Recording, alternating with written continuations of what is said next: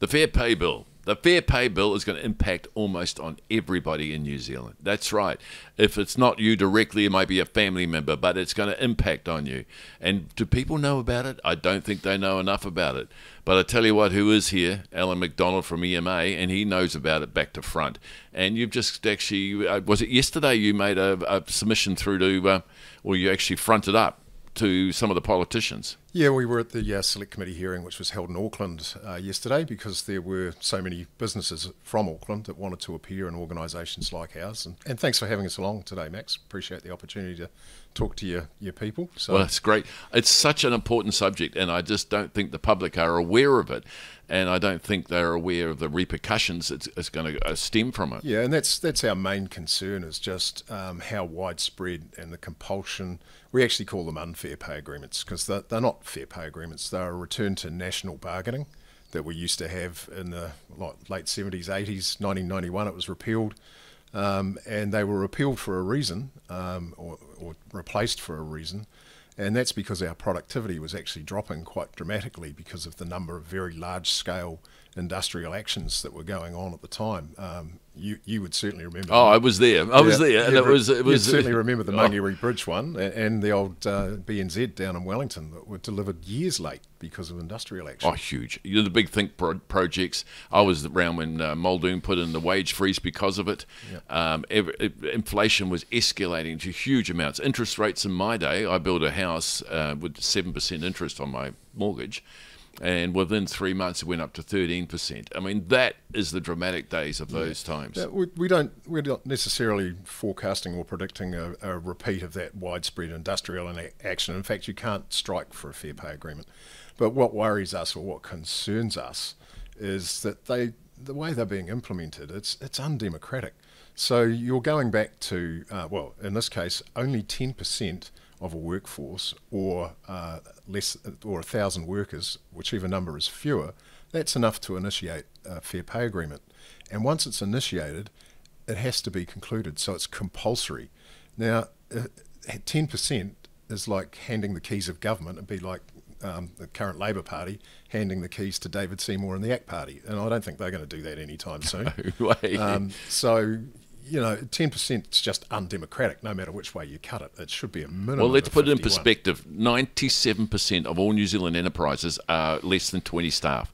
Yep. So that means it only takes 2 employees, and most of those businesses are less than 2010, would take 1 employee who's upset, who could actually instigate. No, it's slightly different from that, Max. So you have to identify a sector or an occupation.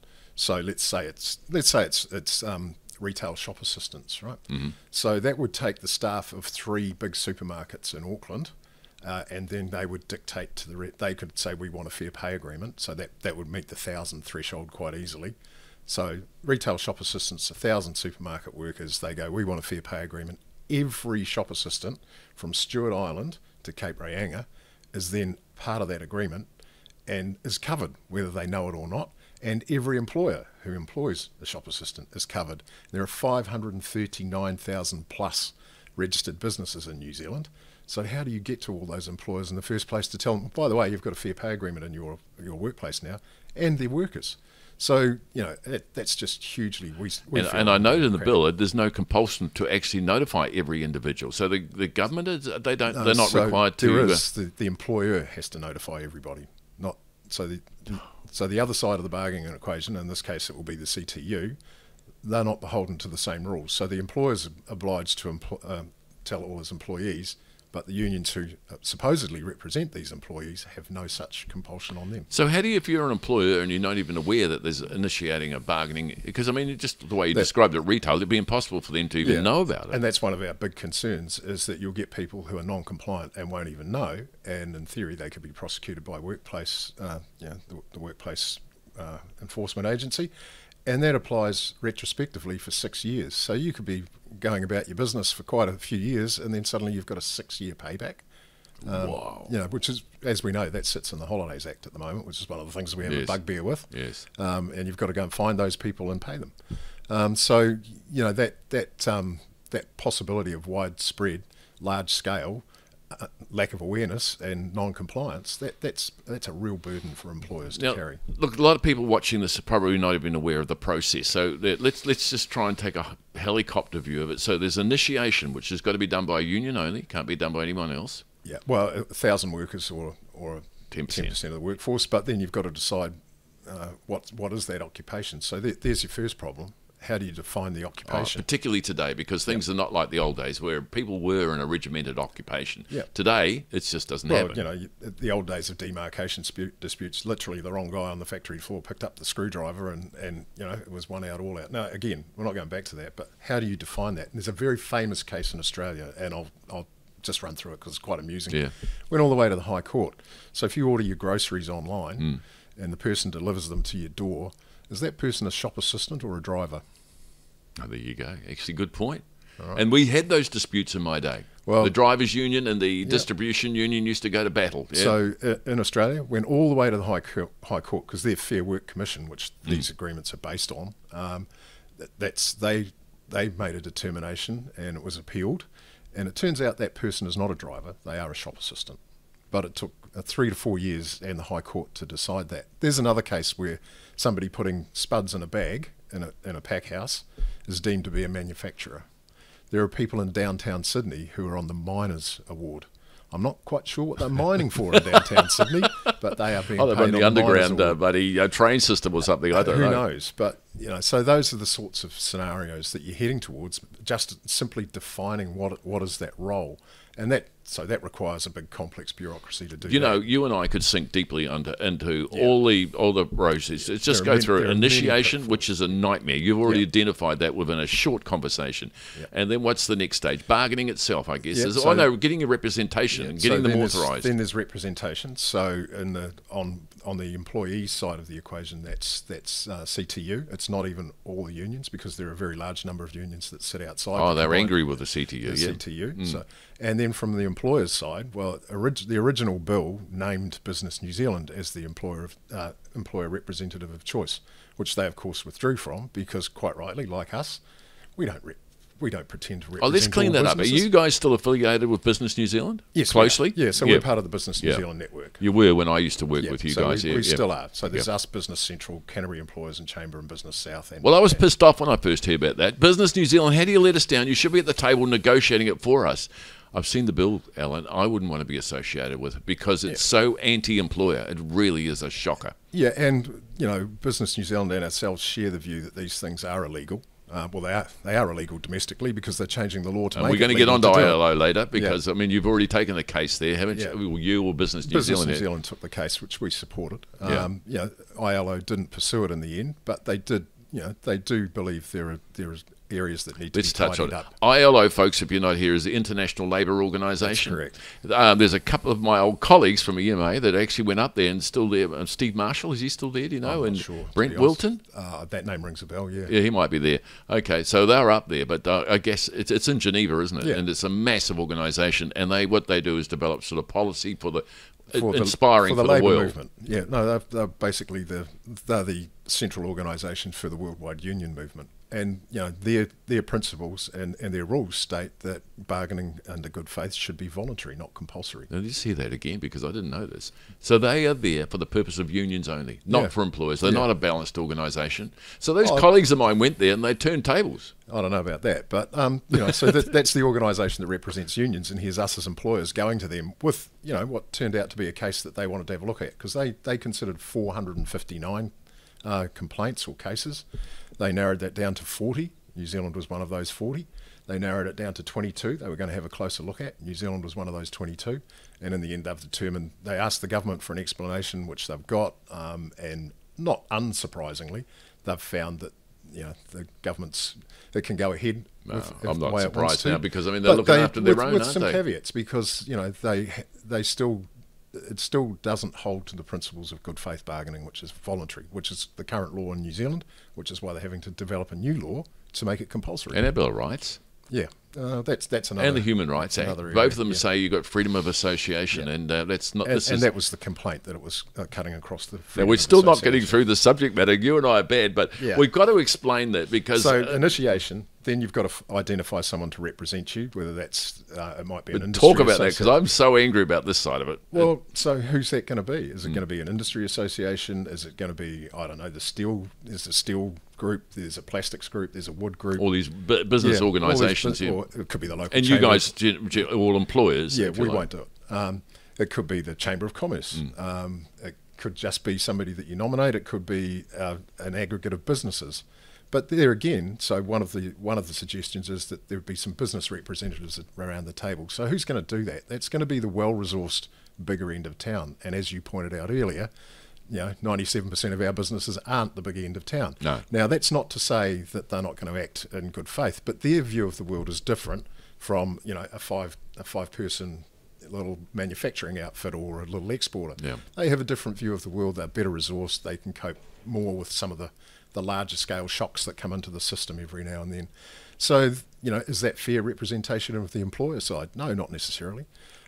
Union representation in New Zealand is less than 20%. I think it's about 18 or 19%. I thought it was 15 or 14, but then I read today it's a bit higher. That's in Australia. Okay. So Australia actually has fewer union members than New Zealand does. That surprises a lot of people. Certainly does me, yeah. It's actually one of the outcomes of fair pay agreements. It reduces union membership. Their whole background has been union movement. We're digressing again. Yeah, we are.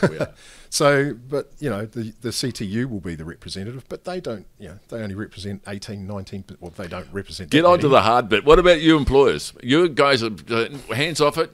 Business New Zealand, we're not running this show for you. Out of it. And what, there's $250,000 there as a gift from the government, our taxpayers' money? Yeah, that's to fund your cost of time. $250,000. Yeah. And you said no. We said no. Good on you. Yeah, well, it's the right thing to do, because so who's going to represent us? We can't go out and say they're illegal and then say, well, look, we'll represent you. I'll tell you what, I know the answer to this question, but I'm going to ask it because everyone will be asking, what say employers cannot get a representative? Because, you guys are turning your back on them, and if they can't, what happens? So when we withdrew from the process, they had to delay the legislation and they rewrote it to make the Employment Relations Authority the default bargaining agent for the employers if they can't find a representative of the employers. So not only will, because that's also where if there's a dispute, it goes to the ERA. So the ERA could make a decision that then gets disputed and is heard by the ERA, and it's almost judge, jury, and convictor. That doesn't work. No. But I read it differently, Alan. Did I read this? And look, I'm stand corrected because you've got more resources than I have to get this right. But they can nominate who your representative is. It doesn't have to be the ERA. The ERA can dictate to you who your representative is. Well, again, or themselves, as you're saying. It is meant to be. It is meant to. My understanding is meant to default to the ERA. But if they nominate somebody, well, how can you do that? We don't want the job, right? It's like saying, well, these things are compulsory, and by the way, we compulsorily nominate you to do the job.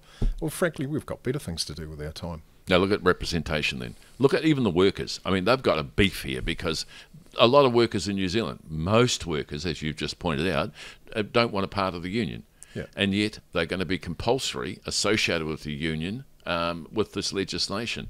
Now, same with employers. You could be, by compulsion of a government employee, which is the ERA, be told who your representative is. Yep. And we have real concerns about that. And, as you point out, so in this case, 90% of the people who didn't want or didn't necessarily care about a fair pay agreement get one imposed on them anyway. You look at politics.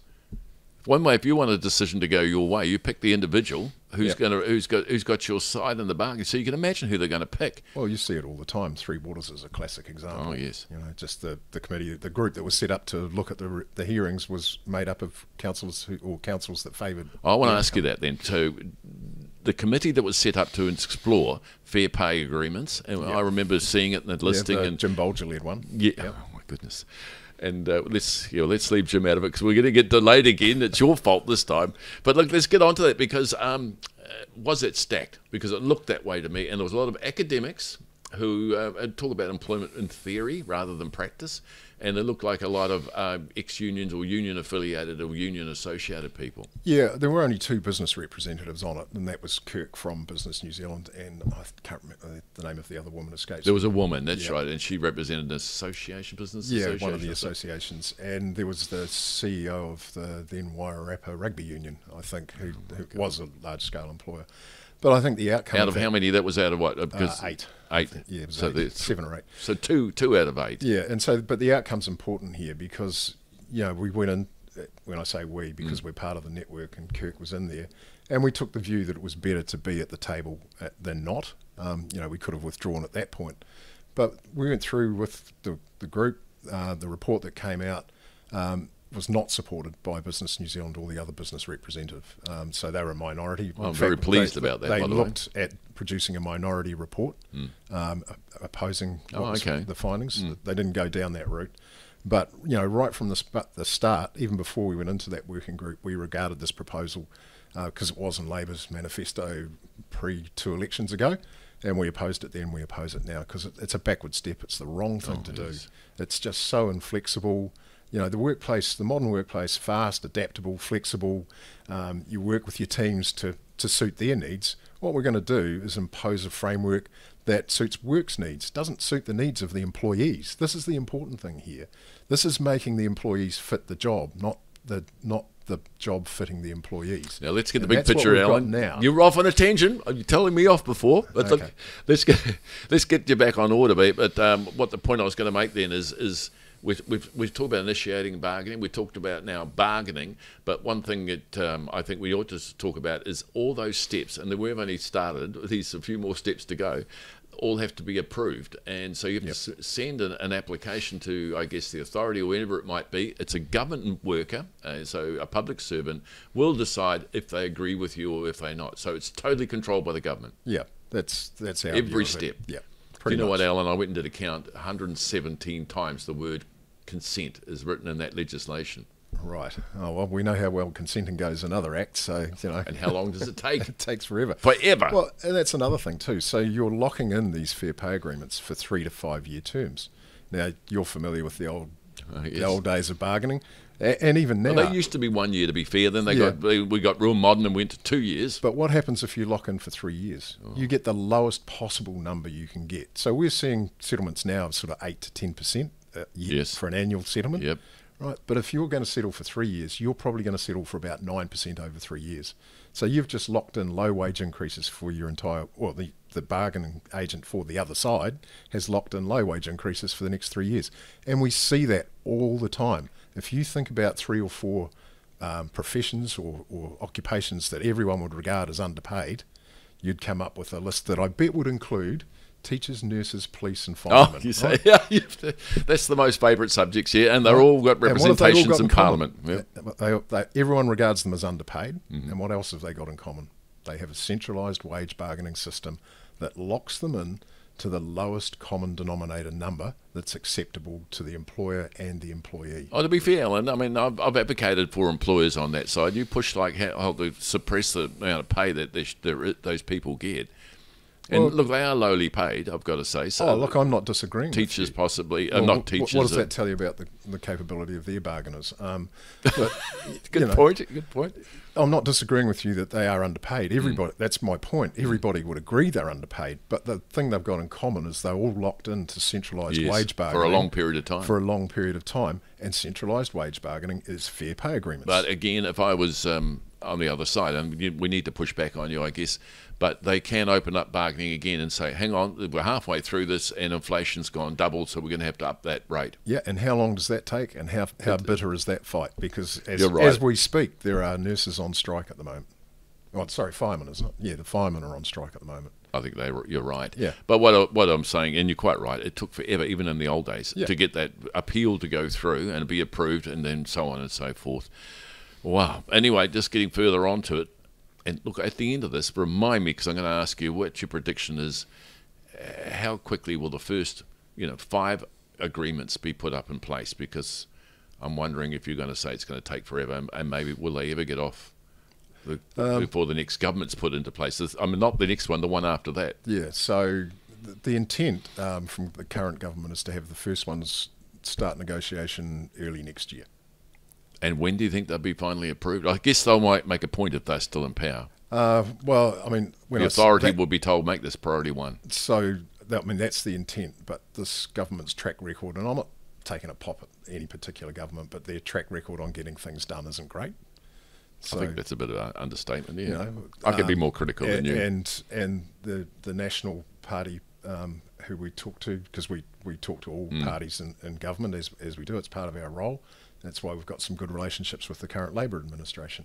But they've said they'll unwind these things if they're put in place. So they'll wind up the framework. But if there is an agreement in place, then that will be hard to unwind. So come September, October next year, They it hope could to have- possibly a new government, and it could possibly they'll be overturning this legislation before. The Nats have said to us they'll throw it out straight away. But in the interim, you might get one or two of these away. I can't see it just because of you've got to define what an occupation is first, and then you've got to get 10% or 1,000 people. Then you've got to start negotiations. Then you've got to find representation. I had one of the ETU guys here You're not gonna do in that your in 6 seat, months. and his prediction was, he didn't do this on air, by the way, but his prediction was that the first one would be food workers or security. That's where he thought they would start off with. But I'm with you. I think you'll find it be the what you rattle off about 5 names: teachers. Well, we know one of the Nurses. Teacher unions has already said they want a fair pay agreement, and this is another issue that we have with these. So we believe, we're of the view that there might be a couple of sectors where you could apply something like this, and it would be worthwhile. But and that was where the original legislation started.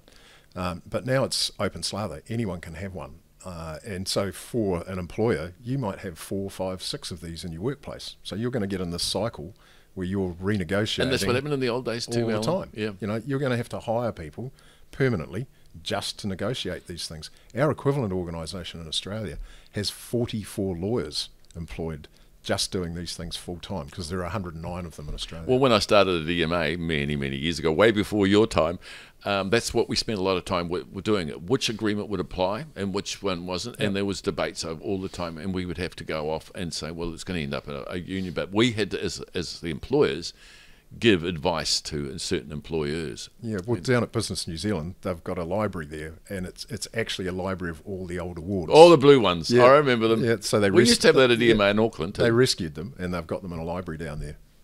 And it's quite an impressive library, I've got to say. Oh, it was. It's pretty good. Was pretty much. I could show you where. But geez, you're bad at getting me off the subject. So what we got, initiation of bargaining. We got bargaining going through. Yep. Now, so bargaining is negotiation. So everyone's sitting in there having a negotiation. And you must finish bargaining. You can't opt out. No one can strike. No. No one can lock out. No. But you've got to bargain and you've got to agree. Yep. Now, if you don't agree, what happens? No, you've got to agree. It's compulsory to agree. This is a union and employers, Yeah. and the union will want 25% increase in pay. The employer will go, we only can afford 0.5%. Yep. So if you don't agree, it goes to the ERA. Exactly. And that's the problem, isn't it? Because no one can strike, no one can take any action. So what happens? A public servant is left to make the decision. And Or to your three point, public if the servants. ERA selects the negotiator for you, do you think they're going to disagree? It's a fait accompli. And that's a real problem. Yeah. So just make sure, folks, you've got that out there straight. So if the union and the employers' advocates don't agree, which is likely, then it's going to be handed off to a government employee who will make the decision. And knowing, well, can that be appealed? No. There you go. And most of all, you could hear the anxiety in my voice. This thing is called fair pay. And the last word, agreement. Yep. Where's the agreement in that? Well, it's compulsory national awards is what they are. That's why we don't say we don't use the term fair pay when we're talking about them. We refer to them as compulsory national awards because that's what they are. Now there is a ratification process, isn't there? So if there's a disagreement, if it goes off to the authority and they make their decision, it doesn't have to be ratified. That bypassed. Is that right? Yeah, that's my understanding of it. It's a done dinner, and it's like a law, and that will set down the terms and conditions of employment of thousands of people who probably had nothing to do with that bargaining process. Nothing at all. And so, we're really concerned too about it. It puts an intermediary into that relationship that many employers have built with their teams, right? So that puts somebody else between you and your employees, or the employees and you, and they do the bargaining for them. So the flexibility that you might have in your current workplace, these agreements override any existing agreement in your workplace. So let's go from a worker's perspective. You're working away, you've got a good relationship with the boss, and you negotiate with him. Yep.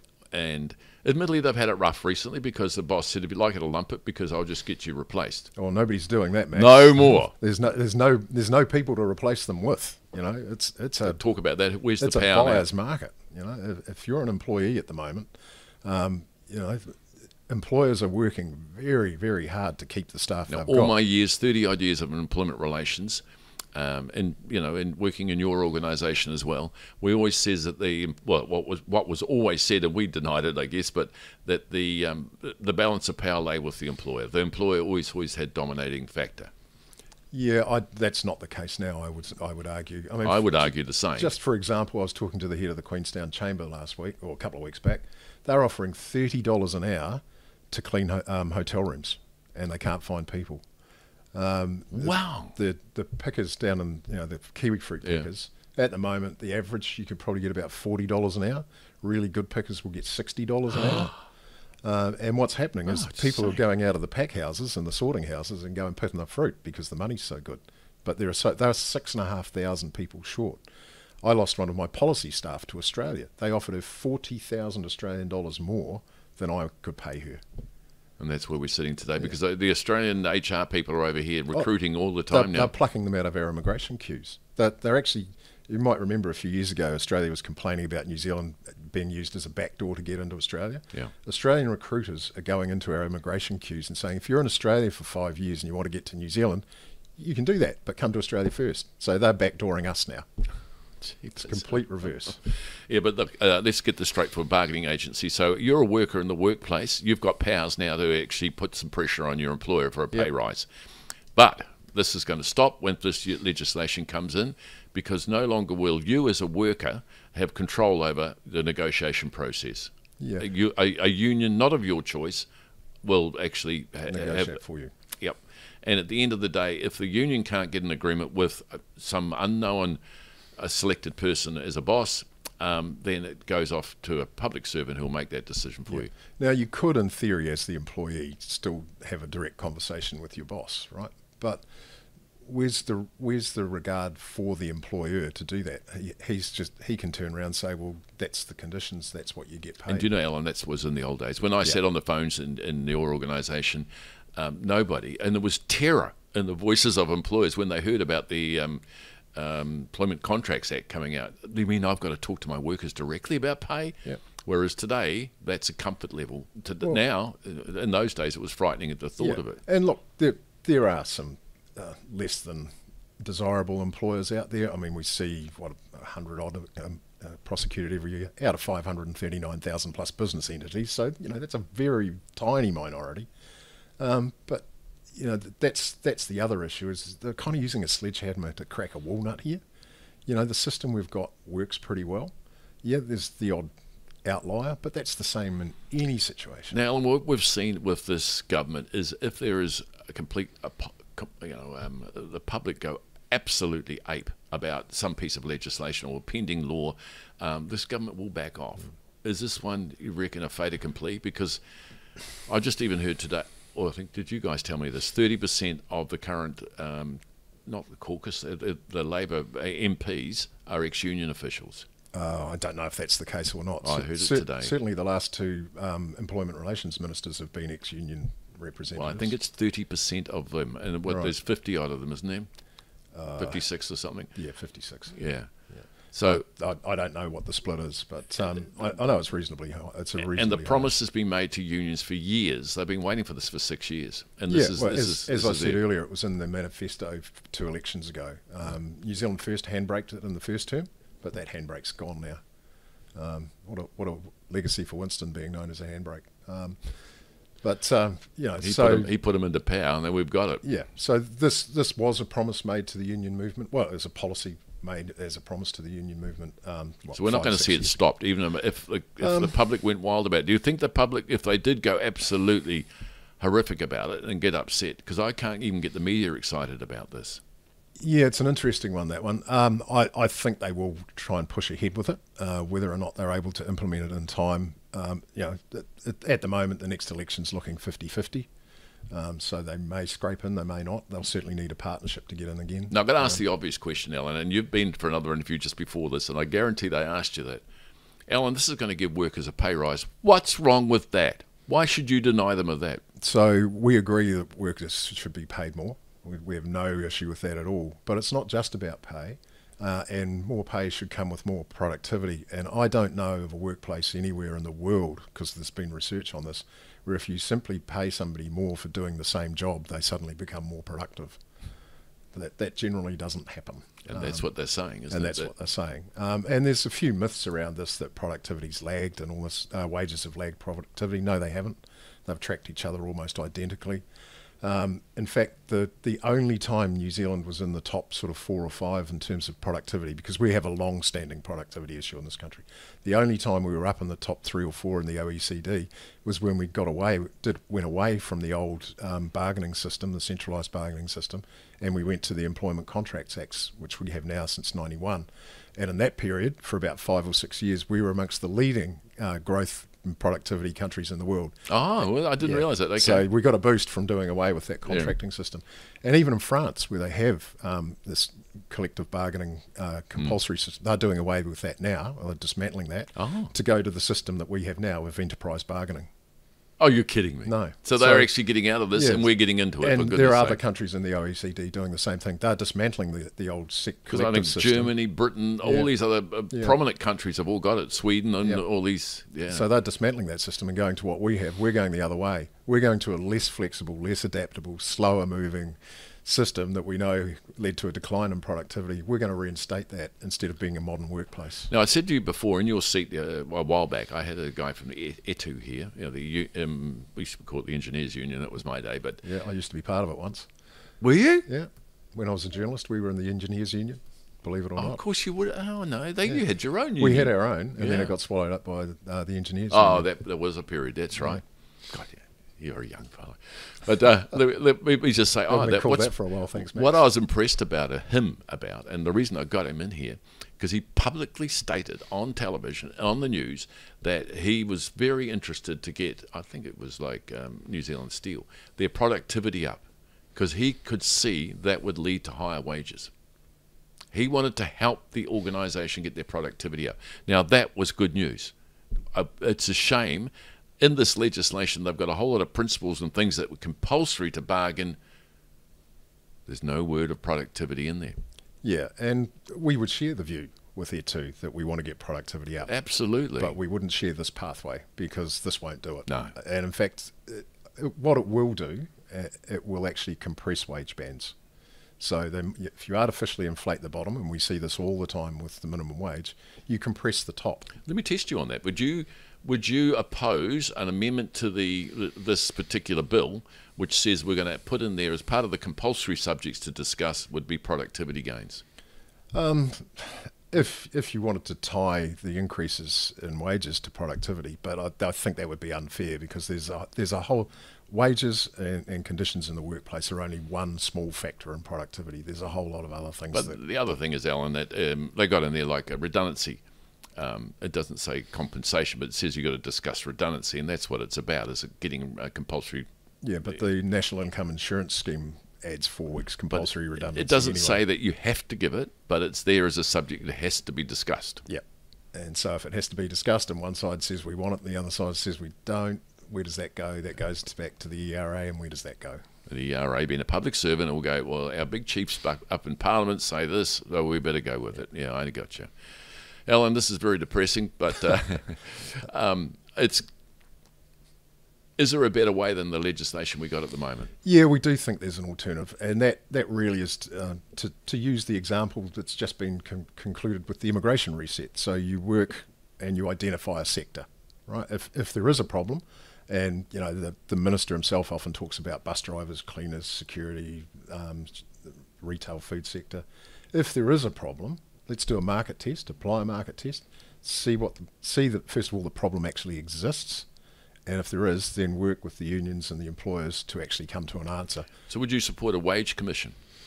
No, I don't think I'd support a wage commission. Because they had that in Australia previously, and, didn't they? And well, they still do. They call it the Fair Work Commission. Oh, yeah. And the Fair Work Commission steps in between agreements. So there's been a number of cases, or enough cases, where the unions and the employers in Australia have agreed on something, and then the Fair Work Commission has stepped in and said, no, we don't agree, and they rewrite the rules.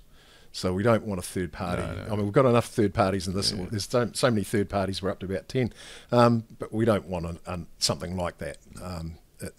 That wouldn't work. All right, Alan, do you have any final words? Yeah, I think for employers that may be listening, there's a yourworkyourway.co.nz website, which you can sign. Your Work Your Way. Yeah, .co.nz. Okay, I'll put that up on top of the video so people can see where to go. And you can go onto that and sign the open letter as an employer or as an individual saying that you oppose these things. The point of that is, and we've got well over 2,000 signatures to that now, is that Kirk Hope from Business New Zealand appears before the Select Committee next Monday, and we want to take, basically a wad of papers and say, look, here's 3,000, whatever the number ends up being, employers who are just angry enough about this to sign this letter and say this is the wrong thing to do, because this is the wrong thing to do. It is the wrong thing to do. You got my signature. I'm on there. Thanks, Max. All righty. Well, thanks for coming along, and I'd like you to come back. There's plenty of things we could talk about in the employment world, that's for sure. All right. Thank you, Max. Thanks for the opportunity. Great.